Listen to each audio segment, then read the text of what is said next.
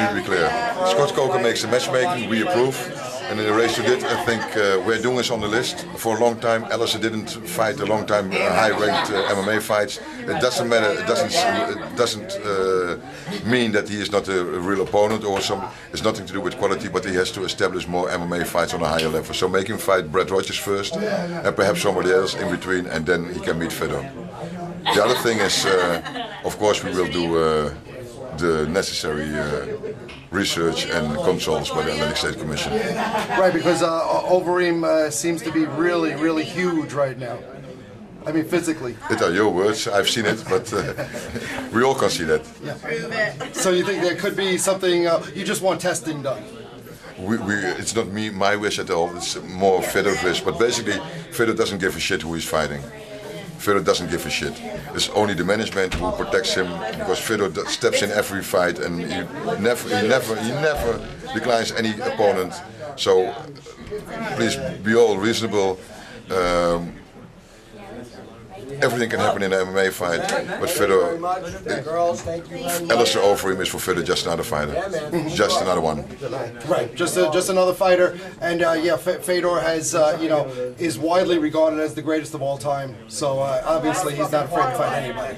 No, but let's just say he's not afraid to fight anybody, but. We have something to keep something in mind. Every time Fedor fights, he's fighting much bigger and bigger and bigger people. He's a natural heavyweight from around 104, 106 kilograms. That's Fedor. So that's him, and that's what he does. Well, in the Brett Rogers fight, I mean, you could see the size difference. I mean, Brett was actually huge standing next to Fedor. Yes, Alistair also very huge when you put him next to Fedor. Yeah. It doesn't mean that the huge one will win. Right. It's MMA.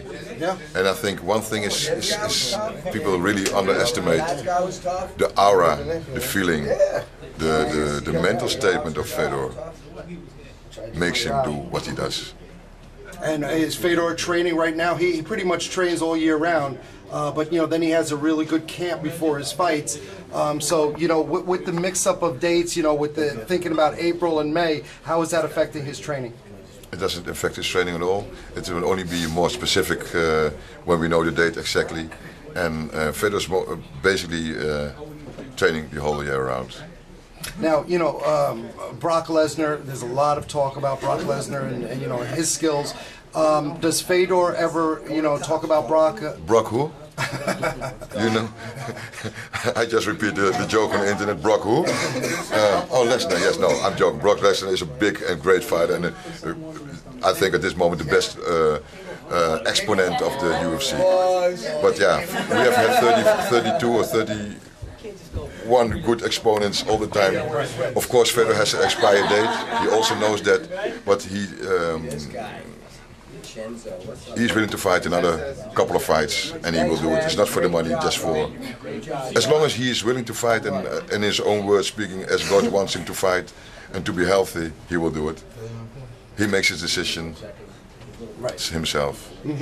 So, he's got a strong management team, but he's the guy who makes the decisions. Of course. We are working for him, in charge of him.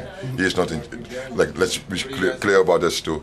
A lot of managers turn the way around. They catch the fighters and threaten them with, if you don't do this, if you don't do this. For us it's so simple. As long as we have a good relation of fighting, a good relation, we stay together. That's it.